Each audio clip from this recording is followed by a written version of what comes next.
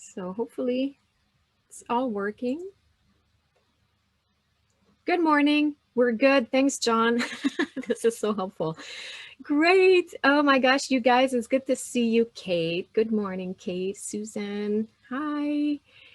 This morning is another exciting conversation with someone extraordinary, a good friend, even though we've never met in person, and someone I find extremely inspiring and just a genius at everything he does. It's Christopher Still, who's trumpet player with the LA Phil and also the mastermind behind Honesty Pill. So, Chris, without further ado, please tell us about yourself. Wow, thanks for that lovely intro, Renee. And yeah, I think I was just talking to some friends this weekend about how weird it is that we have these relationships that people we've met and known. And I've seen you every week for like a year and Mm-hmm. we've never met in person. So I think that's both crazy and awesome that that's the space that we're living in. So very happy to be here. And hello, Facebook. Hello, everybody. Nice to see you. What can I tell you? You want to kind of talk about musical background a little bit, or what? Where should we start? Yes. Give us the whole story. Well, as Renee mentioned, I'm a trumpet player with the LA Phil, and I took sort of a typical pathway through the orchestral ladder of auditions. Starting, went to conservatory, started freelancing in Boston, and then got my first job. So just to back up a little bit, and this is always something I like to talk about because I think it's important, is I didn't set out to be an orchestral musician. I was going to be a band director and actually went to undergrad for music education. I learned how to play the oboe, learned how to play the bassoon. I was a really, really terrible French horn player, all that stuff. And my junior year, I kind of had a moment where I thought, maybe I would like to go into performance. So my background was in music education, and I think it's so important that performers teach and teachers perform, because I think the two things really hold each other up in a really great way. And that's always been something that I've been grateful for that music ed experience, especially because, Renee, I think I was the worst oboe player ever to come out of the Crane School of Music in SUNY Potsdam. And my teacher, during my playing final, which was really tough, by the way, like chromatic scales and sight reading and things. And he said, Chris, I can't possibly, and he took his glasses off, pass you on that. And I'm like, oh, great. So if I don't pass this oboe test, then I won't be able to student teach and I won't graduate. So it's important to remember as teachers and as performers what it felt like to try something for the first time and to be terrible at it, because that's Mm-hmm. something that if you're at the top of your class as a musician, you don't remember what that feels like for the most part. Anyway, that's my pitch for music education. Went off, got my first job in Charleston, South Carolina, and then went to Dallas Symphony after that, played in Grant Park a couple summers, Colorado Symphony, and then out here to LA. So that's been the path. That's a great path. There's one story I remember you saying, and you can correct me if I'm wrong, about you working in the shoe store and then making a decision one day. Do you mind sharing that story Yeah, again? yeah. So here's a fun fact for all of you who are in school right now, like finishing up your master's degree at NEC in Boston is where I was. And I basically graduated with 3 degrees. I did the double major undergrad, music ed performance, and then a master's in orchestral performance. And I thought, Mm. I'm going to graduate. I'm going to get an orchestra job. That's how this is going to go down. And when I got out the door of the conservatory with diploma in hand, I noticed really quickly that nobody was clamoring for me to come play in the orchestra. The New York Philharmonic wasn't banging my door down to get my resume. In fact, there weren't even any auditions available. And yet I had this crippling amount of student loan to pay back. And I'll never forget this number. My student loan payment, and I'm happy to share this with anybody, was $433.17 every month for a heck of a long time. I mean, Mm-hmm. that's a huge amount of money for somebody who just graduated with no job and debt, and now I have to spend money on auditions and plane tickets and hotels and lessons and equipment. It was like shocking, this realization. And I said, well, since I'm not getting an orchestra job this week, I probably need to get a job somewhere. So I looked around, and got a job at a running store called Marathon Sports in Cambridge in Boston. And like, I'm a runner. It was something I loved anyway. And like, that's how I paid my bills, like selling shoes, which is kind of not living the dream, that I thought I was going to do. Anyway, one day, uh, I can't remember which position he played, but one of the horn players in the Boston Symphony walked into the running shop to get fit for shoes. And I'm like, I'll help him. That's fun. And I'm fitting him with the shoes. And I've said, yeah, these are great for overpronators and distance runners. There's a good torsional rigidity in these shoes. And they're also at a fourth tier upper register. And he looked down at me and he said, what did you just say? And I said, yeah, I'm making a joke. I know you're a BSO horn player. I'm a trumpet player. And of course, he didn't know who I was. Why would he? But as the moment, this is sort of like my Cinderella moment. As I'm fitting the shoe onto this guy who's in the Boston Symphony, I realized I want to be the guy in the Boston Symphony or the big orchestra getting the shoes or whatever. I don't want to be the guy who's on the floor, helping other people with this. So it really lit a fire under me. And that's where I think I hit a major crossroads in what was going to happen for the rest of my life. Was I going to keep working in a shoe store, or was I going to make it happen? And it was a big pivotal moment. And I sold them a pair of shoes too, so that was a win.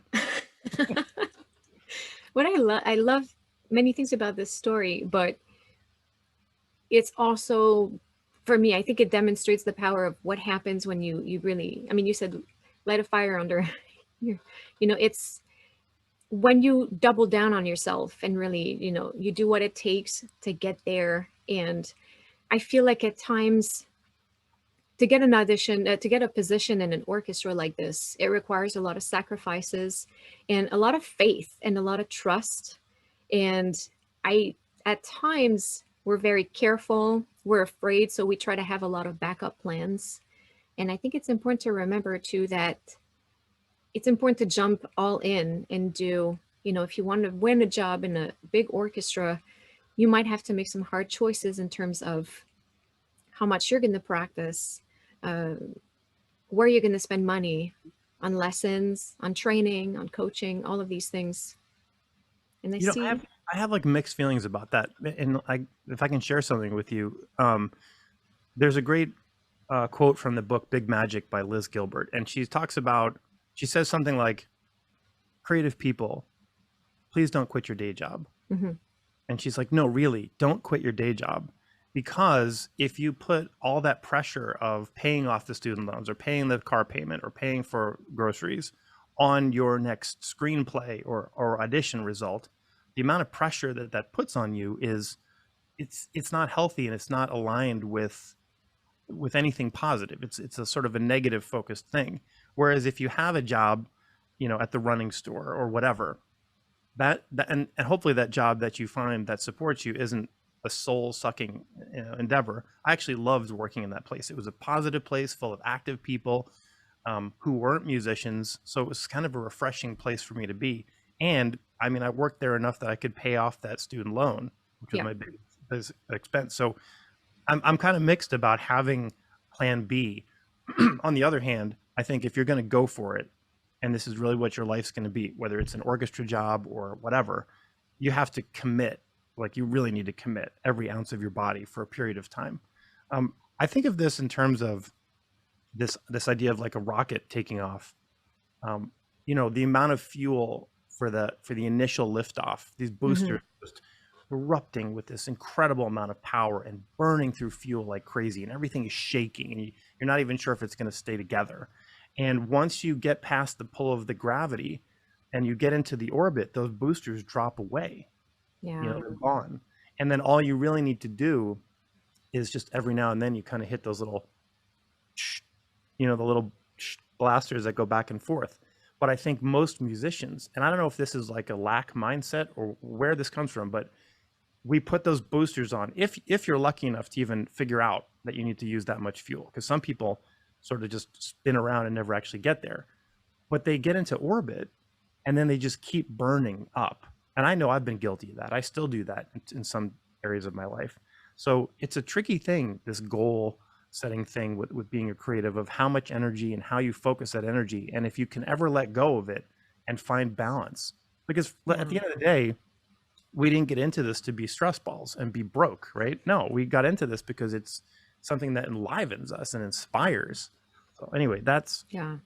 that's how I try and live. I'm not a walking billboard for it, but I love that analogy of the rocket ship. And I think Stephen Covey uses it in his books, The 7 Habits of Highly Effective People. And that works for so many things like changing a habit, developing a new skill on your instrument. It's that initial effort that's required to get the momentum. If you can keep going, oftentimes you'll get to that point where, as you were saying, you just need to, tweak a little bit. I'm seeing some comments here. Going back to teachers, Susan was saying, teachers who perform have an understanding for their students. I really feel that. I have a frame right there with a picture of this quote from Itzhak Perlman that says, when you teach, you learn. And that's how I feel walking out of every lesson. I always feel like I'm learning something every time I Mhm. teach someone. And Susan says, I think everyone who graduates in the arts, be it musical, visual, or theatrical, experiences shock at the expense of loans and investing in your career. Yeah. Yeah. That's a great comment from Susan. And I would say if there's one piece of advice, I would love to, what is it? Tim Ferriss has that thing in his podcast where he says, if you had a billboard that the whole world could see, what would you put on it? I would just say, walk into your life with your eyes wide open when it comes to going into debt for your education. Just be aware of what's going on, and is it worth it, or is there another way around it? Because I think I certainly had no idea what I was getting into, and it's tough when you get out and then you've got this need to pay this loan. It changes everything. It just changes how free you can be, and that's where the beginning of this money mindset problem that I spend most of my time in business coaching trying to undo starts right here. This is where it starts to get all flipped upside down. I want to pick your brain a little bit about that business mindset that you just mentioned. But before that, there's a couple questions about music and musicality. And I'm really curious to hear what your thoughts on it are.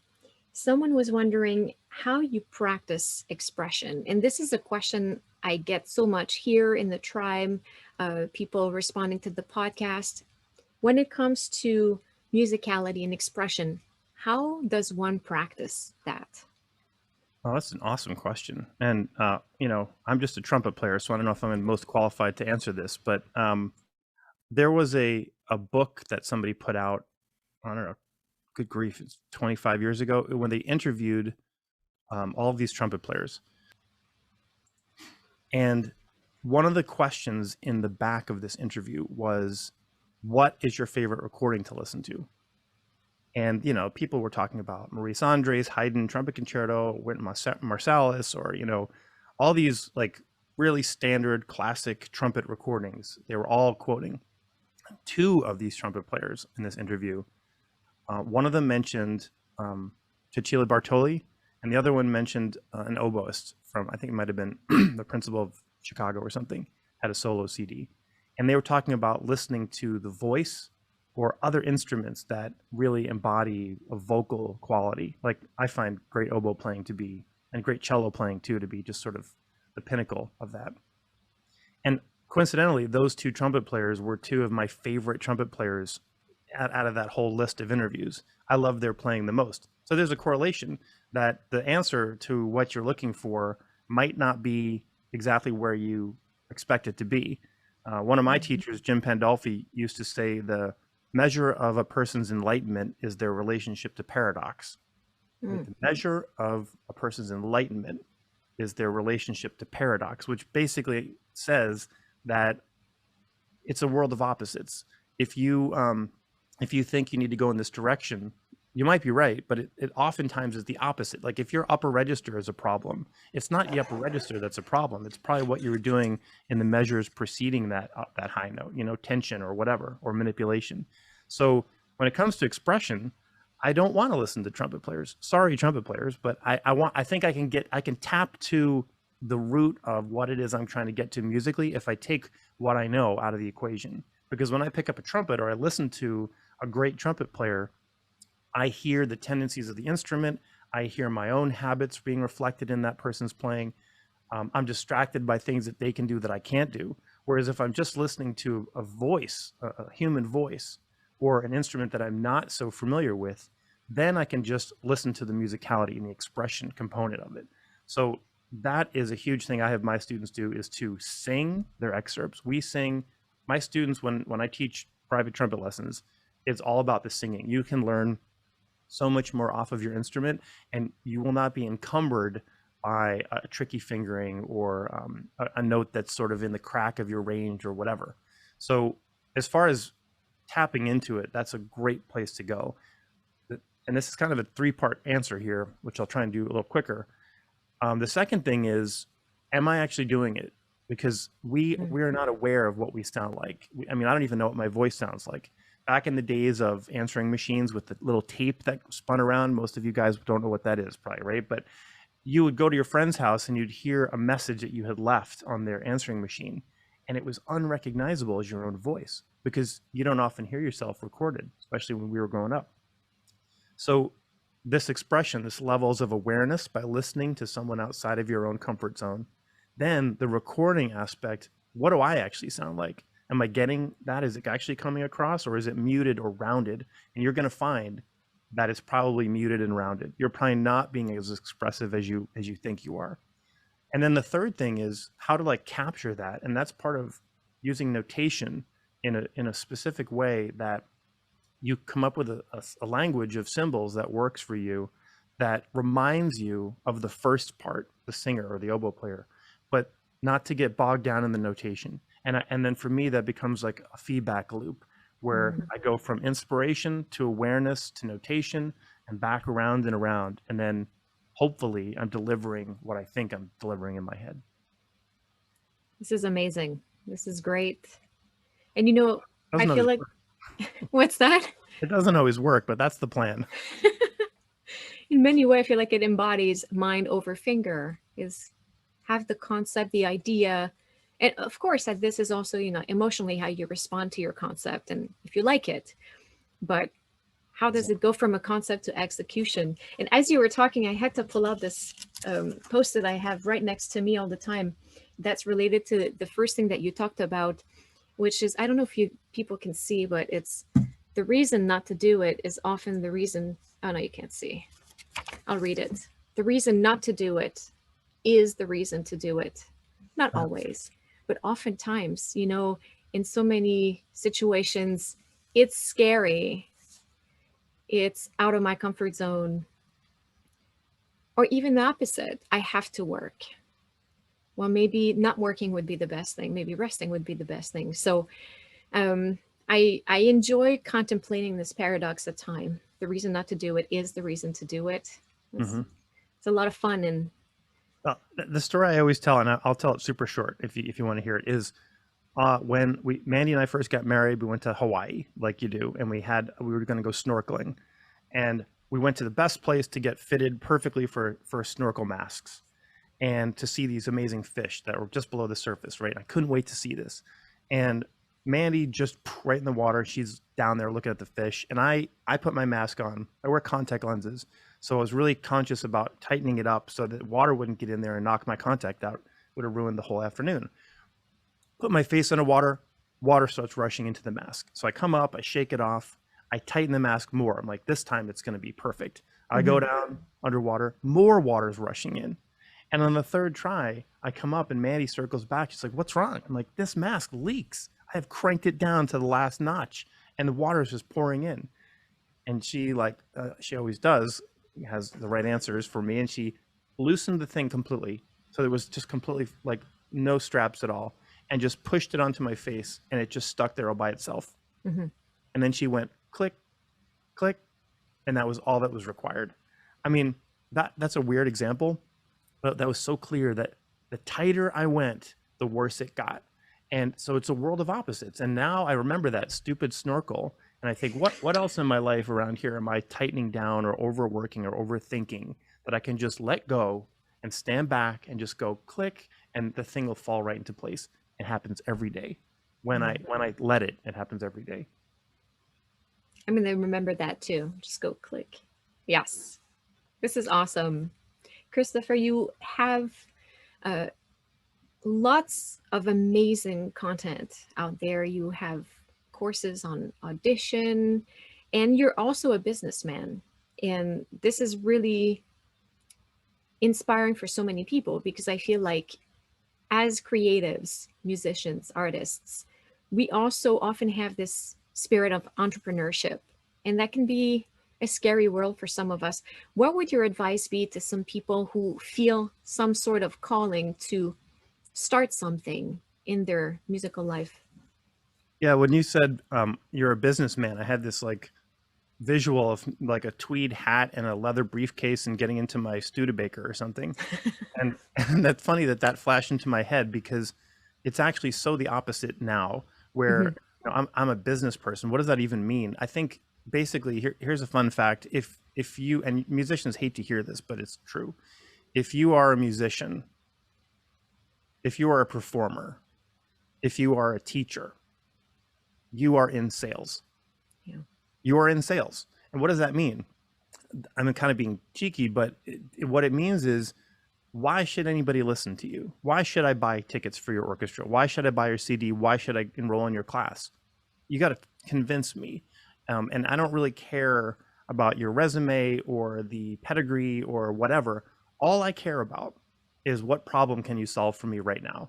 And if that's an orchestra subscription, the problem I can solve for you is maybe I'm giving you a place where you can unplug and get inspired in a new way, or maybe I can enroll you in my course at my college or something that can give you the tools you need to do something. What problem can I solve?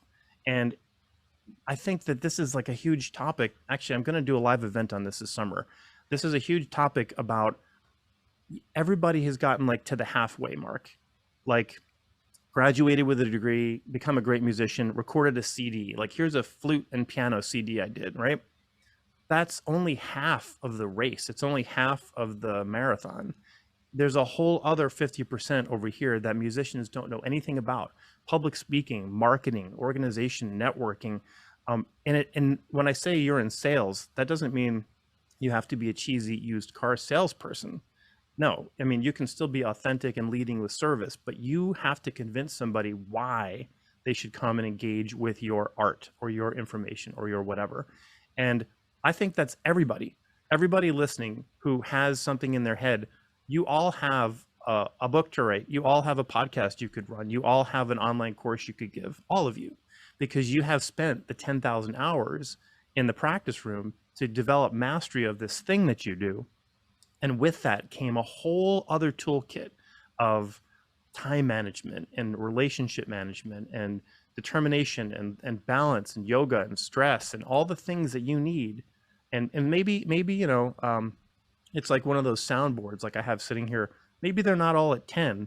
Some of them may be lower. So you kind of sort of have to embrace the things that you need to work on. Honestly, this is sort of the honesty pill tagline: is it's time to face the music. Like, figure out what you're not doing well in your musical life, in your personal life, in your professional life, and then spend time focusing on that. And you can take that knowledge and turn it into much bigger, impactful offerings and situations than just being a great trumpet player or just being a great trumpet teacher.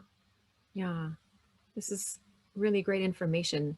And for those of you not familiar with Chris, he's the accelerator of all things: business accelerator, performance accelerator, audition accelerators. Now you also have, as I just said, online business accelerator. You help musicians with their creative endeavors, have these dreams that they have come true. Do you want to talk to us a little bit about that? Yeah, the accelerator thing, by the way, I'm not quite sure how that came about. Honesty pill, it's time to face the music, face the things that you don't do well. Nobody likes to do what they don't sound good at. And then the first course that I put out was this audition strategy program. And the reason I called it the Accelerator was, I have taken and failed at a lot of auditions. Like, I have a stack of rejection letters this thick. And I learned a lot by all that money I spent, time and energy, making all those mistakes. And I've won a couple of auditions too. So I figured, how can I take several decades, and I don't even want to think about how much money I spent on mistakes and going down paths that didn't serve me. How can I take that and compress it into 5 or 6 months for someone? So that's where this accelerator thing came from. And then I realized that, you know, other things I can do, I probably could help condense people and steer the path and save them time. So that's how this accelerator thing happened. The online business accelerator, which is my current group program, which it's the second iteration is halfway through right now, and it's incredible. All kinds of new businesses started, skills and techniques and community being created. And it's basically comes down to, I have spent the last 5 years making mistakes. It's just like starting all over again with auditions, making mistakes as a business owner. What should I spend money on? What shouldn't I spend money on? How long should I take on this? Is this ready? Does it have to be perfect before I throw it out there? And learning all those pitfalls, that's what OBA teaches you to kind of walk around those. And you're going to fall into those pit holes anyway, but there's a team there to pick you up and put you back on your feet when that happens. Like Nola said, this knowledge is 100% needed. They don't teach this in school. That's such awesome. Yes, amen to that comment, because I mean, if you want to talk about audition prep, how many people graduate every year with a master's degree in orchestral performance, having barely taken any mock auditions, or they're not prepared to get the job part? What are we focused on in school? It's all about musical mastery, which is important. You need to be able to play your instrument and be clear and have a voice, but you also need that other 50%. This is what I was just talking about with the marathon. You know, when you run a marathon, and at 13 miles, like, there's a big arc of balloons and half the population just peels off to the right, and they have their Gatorade and bagels and they're done. And those folks, like, kind of know that something else is going on for the next 13 miles, but they've never gotten in there and done that. That is where the long game of being a creative artist, a successful creative artist, lives. It's in the second half of the marathon. Not to say that the first half isn't great. And if you popped out a CD of, you know, whatever, good for you. But there's a whole other world waiting for you of what you can do with that, and how you can actually manifest that into something bigger than having a trunk full of CDs in your car that no one's ever going to buy. Yeah. And this makes me think of a topic that I have some thoughts on. And I see so many people blaming what they don't know on what they didn't learn in school. And my view on this is there's a certain degree of passivity at times in people. And I strongly believe that we have to take ownership of our learning experience. Schools cannot teach you anything. And oh, I see Fabiana is here. And this is something she's heard me talk about before, where school, they have the obligation to provide you with what they have in the syllabus. They must give you what you signed up for in a safe environment, hopefully, everything adequate to learn what they promised. But they cannot give you everything. Otherwise, the degree would last 10 years and no one wants that. So they give you what they think is the most critical, the most crucial for the skill you want to learn. But then all of us, we have the responsibility to know what we want, dream big, see where the gaps are, and be proactive in filling those gaps. There's so many amazing resources out there. And actually, you'll agree with me that most students don't use all of the resources available at their schools right now. There are so many offices of all sorts of things. So yes, there are some lacks in the educational system for sure. We can't fix that in a day, in a year, maybe probably not in 100 years. But the thing is, I do see a little bit of passivity in some people, in not taking action, in blaming what they didn't learn. So I would say, if you're in school, check out what's available, take advantage of all of it, and just think about what you want, what's missing in your education, and seek out help. Get a coach, sign up for a program, watch a YouTube video, just be really in control of your learning experience and very proactive in acquiring whatever you don't have right now. So to not feel deterred by what you don't learn, what you don't know already, but know that it's out there for you to go get, and you can totally. I mean, now I'm starting to sound preachy a little bit, but you can accomplish anything, but don't be limited by what you feel you don't know yet. Just take ownership and go get it. Can I pile onto that real quick? Yes. I don't know how much time we have today, but I just have to say this, which is, this is one of the kind of goes back to the first thing we talked about how teachers need to keep performing and performers should be teaching as well. Do you know how to whistle? How many of you guys Not listening know how to whistle? like this, but the other way, I can't yes. whistle like that either, but I know how to whistle. And, I have kids, so my kids want to learn how to whistle at some point, right? Have you ever taught somebody else how to whistle who's never whistled before in their life?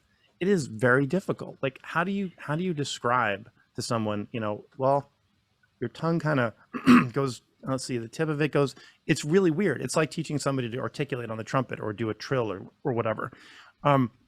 And I can give you great visualizations. I can show you pictures. I can whistle for you. We can watch YouTube videos of whistlers. We can watch, what Clint Eastwood films all day long. The only way you are going to learn how to whistle is by taking the information that I gave you and experimenting and not being afraid of, what if it doesn't work? What if I just go for 6 months? That is the whole crux of the whole educational system right there. You have to have the intellectual curiosity. And I don't want to sound preachy either, but if you're somebody who's already mastered or on your way to mastering playing your instrument, you can learn all kinds of other things. You can learn how to be a live stream expert. You can learn how to run a group program. You can learn how to, change the oil in your car. You can figure out whatever you want because you have this ridiculous toolbox that you have built for the past however many years you've been practicing. Some of you since you were 4 years old. So that's a huge, and I think human beings in general don't take the help that's right in front of them. And there's a whole other conversation we could have about why that is, what causes you to be afraid of that or to feel like you're less than if you ask for help. But the bottom line on that is, professional athletes, actors, all sorts of people operating at an extremely high level have coaches, have teachers, have help, have mentors, have support. So I wish that was more of a part of music school from the get-go. But I think that times are changing of where people are finding their education. So it's a good future. Yes. Melanie has a good observation. She says, schools can only provide so much. The extreme cost associated with going to school makes many believe that we shouldn't have to continue investing in our education post-degree. That's really true. Mm-hmm. And yeah. And also on that topic, school is so expensive. If you're going to go $40,000 into debt to get a master's at a conservatory, wouldn't you kind of just show up like, okay, tell me what to do. You have a lot of my money. I'm ready. Tell me the things. Like that doesn't work. Like you have to be a collaborator with your educators. And you're also going to have to pay an insane amount of money if you go to conservatory. And I'm really mixed on that. I mean, my life worked out, but what if I hadn't gone into debt and had gone to school in the middle of Nebraska instead? Would I have ever found the pieces that I needed? I don't know, but it's definitely on me. It's not on anybody else. At the end of the day, I'm responsible. Yeah, that's the beauty of life. Anything can happen. Chris, I want to keep you here all day, but someone had also manifested that they really like the rapid fire questions. And while having with me an incredible musician, incredibly smart, I'm really curious about the answers to these questions. So now I'm nervous. So for the people who are dreaming of a career that resemble yours, it's very multifaceted. Can you tell us a little bit about what your life looks like? Well, I can tell you what it doesn't look like. Go for it. And I can talk about it in terms of LA Phil and also Honesty Pill work. My LA Phil job is not an endless stress of worry and preparation and nervousness and fear. And when I first started my first job playing principal trumpet in Charleston, South Carolina, and I had like this folder of music in front of me for the whole season, I was like, I've never flown this helicopter before. This is really scary.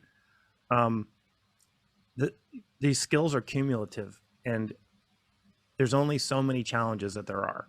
And after a while, you kind of figure them out and you learn how to kind of flex and float with it. Not to say that sometimes work doesn't get overwhelming or stressful, because we do crazy things at the LA Phil sometimes, but it's not it's a good thing.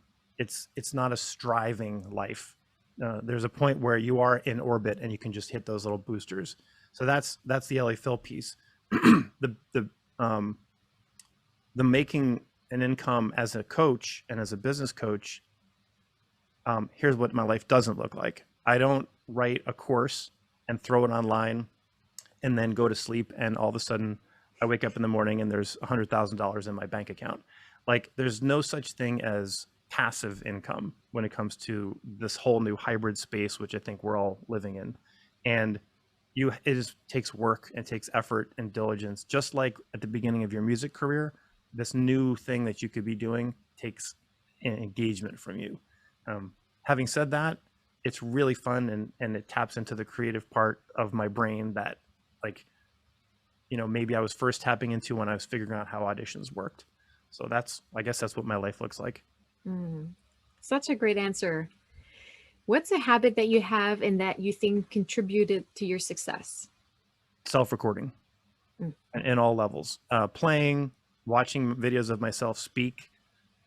When I first started recording videos of myself in my garage for my first course, I had all these weird habits I noticed on camera, like just strange tongue clicks and things. And I had a list of that I wrote, and then I taped right to the camera. So what I'm really saying is self-awareness, levels of self-awareness. That is the quickest way to improvement, whether it's your playing or your on-camera presence or your writing skills or parenting skills. God, man, any parents out there, just record yourself for an hour where you speak to your kids, and it's like, oh my God, I can't believe I just said that and how I just said that. So that habit of being willing to have self-reflection every day is awesome. Just the idea of recording myself parenting, my stress level went up. Thanks for this. What skills do you think young musicians studying today should acquire in addition to learning to play their instruments? How to talk about it, how to talk about what they're doing to anybody who will listen, and why. Like, that is, if I could not only teach my kids to talk about what they're doing, and I don't mean that like an 11-year-old should be, giving a dissertation on Bach cello suites, but just start talking about what you're doing soon, because the future of this industry is connection. It's always been that, but if we don't keep connecting, it kind of loses something. And in this new age of the way we're talking right now, Renee, you can connect with someone even from another part of the world at any time. So those skills are critical. Yes, I love that. How about a favorite tool in the practice room? I think it's my phone. I hate to say it, but I hate it that I'm tethered to it. But every tool that I need, like everything, is in that phone. And I'm talking about apps like Tonal Energy and Drum Beats and all these other, my iTunes playlist. Everything is there for me that I need to practice. Yeah, it's so easy now to have access to. I mean, even watching a YouTube video of the piece you're working on, it's everywhere. You can look at a recording of the last page of Rite of Spring and watch some of the greatest conductors in the world beat it out, so you know exactly what's going on. I mean, that's a pretty good tool. Yeah, great one. How do you maintain peak form while juggling? You have a family. These days, maybe not so much travel, but you also have all of your work as a business coach. Yeah, I don't maintain peak form. It goes all over the place. It isn't. We are dealing with very inconsistent instruments, and by that I mean the human body. And I can't maintain peak form. I can be aware of where I'm at from day to day and try and meet myself there. And some days it's great, and some days it's less than great. And I think I'm just kind of okay with that now. Thanks for sharing that, because I feel like a lot of people feel this pressure or might have this misconception that uh, the ebbs and flows of life don't affect the playing, but it does. But what you just said about having the awareness of where you are that day, that's the key. Yeah, great answer. How about a piece of advice that was given to you that you would like to pass on to the listeners? Well, the one I already said was one of my favorite things that's ever been said to me about the relationship to paradox. So you already used that one up. Um, I don't know. I can give you specific advice to those of you who want to get and keep an orchestra job. And I'm going to give you the rated G version of it. I usually say this a little bit differently in my trumpet studio. Play your face off, play your butt off, and don't be a jerk. That's a nice way to put it. It's like play great and be a great colleague. If you can do that, you will get a job and you will keep it, and you will also flourish in that job. You'll have colleagues who like being around you if you're a kind, thoughtful, non-insane person. And deal with your stuff too. Like deal with your stuff and leave it at the stage door, so that when you come on stage and there's some kind of challenge, and there's so many challenges, that you are meeting those challenges calmly and professionally. And that is the type of person I want to sit next to. So if you're auditioning for my orchestra, that's what I'm looking for. Great player, nice person. Excellent. Finally, how about a quick actionable tip that the listeners could implement today in their musical life? Sure. I'll give you a standard one that I've done in challenges in my socials, which is a practice shakeup challenge. If for all musicians listening, you can do this for the next 3 days, which is to sit down, take out a piece of music without any preconceived ideas of what it is you want to work on, record a 1 or 2 minute excerpt of it, an etude, piece of music, whatever, and then listen back right away. Like listen back before you forget what it felt like. So record yourself with no expectations, listen back right away, then pick one thing, one goal, one specific goal to work on, and work on that for 15 minutes. And that's it. You're done. Your 15-minute practice session is over. That will give you the fastest improvement of anything I could imagine in a practice room. So pick a piece, record it, listen back, pick one thing, 15 minutes, you're done. Do that for a couple weeks, your playing will get better.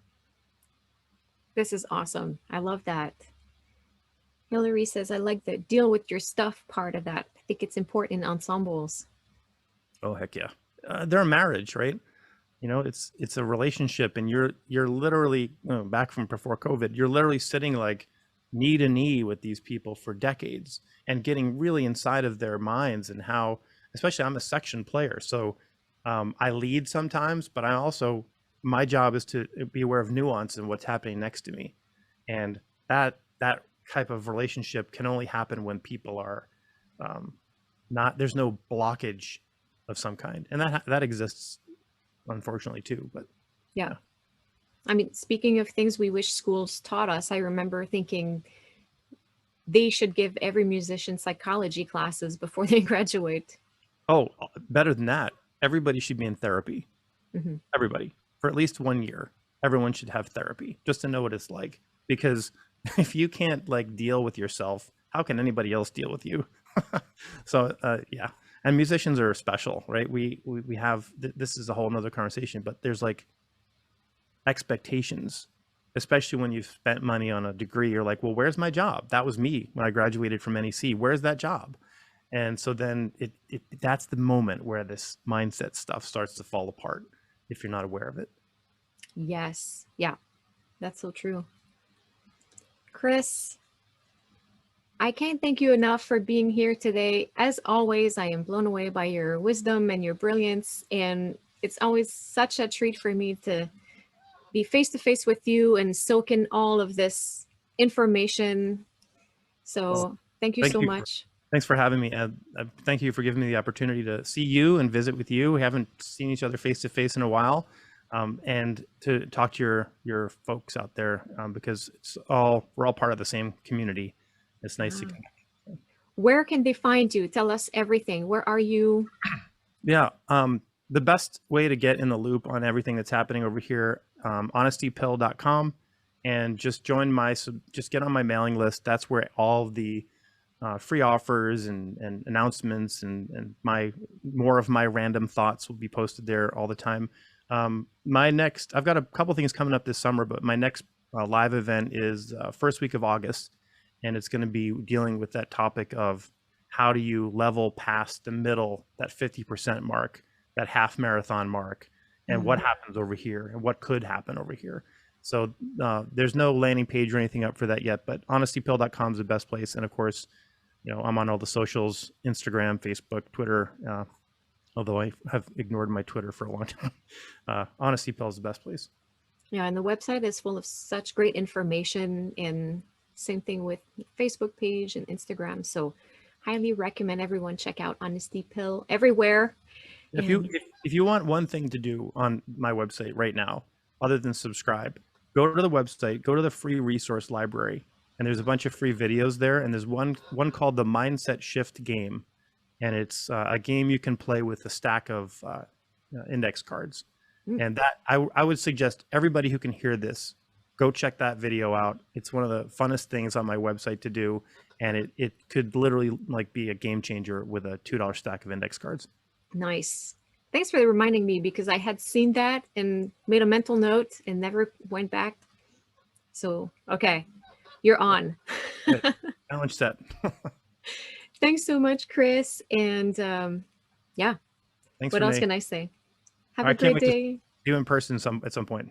I know, right? Yes. So have a great day, everyone, and see you soon.